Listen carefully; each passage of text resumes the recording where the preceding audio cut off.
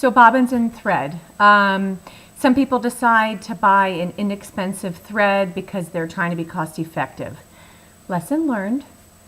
They break easily and they clog the machine. So we're going to talk about thread today.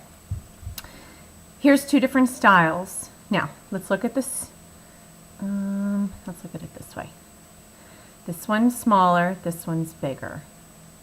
This one was less expensive, this one was slightly more expensive, and I'm going to say maybe by 70 cents.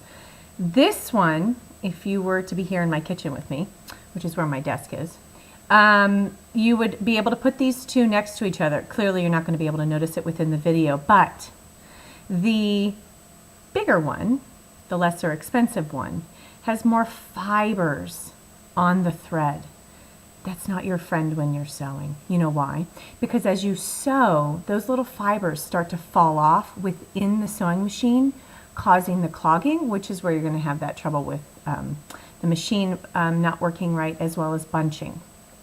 Now, this one here is, I'd say like New Day. This one here, New Day. This is what we use now. This is more readily available in like your major stores of Joann's and Hobby Lobby.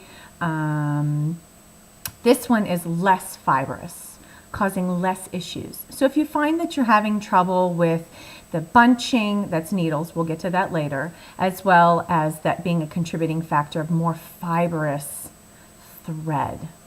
It's one of those things that we'll talk about in troubleshooting later on in the sewing series, and it will give you the tips as to what to do. But here up in the beginning, you kind of want to spend money on the better thread, all-purpose, which is fine for using with cottons. And this is all-purpose as well. It's just not refined.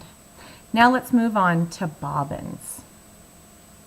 Now, I own both, plastic, metal.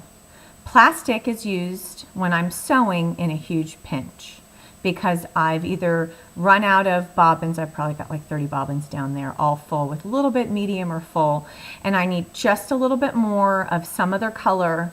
I will use a plastic. But here's what happens, and I have found metal is heavier.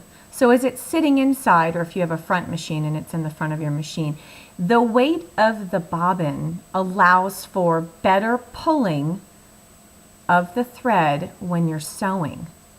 The plastic, which is much lighter in weight, has a problem when you get towards the end specifically of holding down inside the bobbin area to allow you to have still the same consistent threading along from beginning to end. So there is a big difference. I have used these, so I won't say I don't, but I more so prefer this because of the weight it holds when it has thread on it, as well as the consistency of the stitching from beginning to end.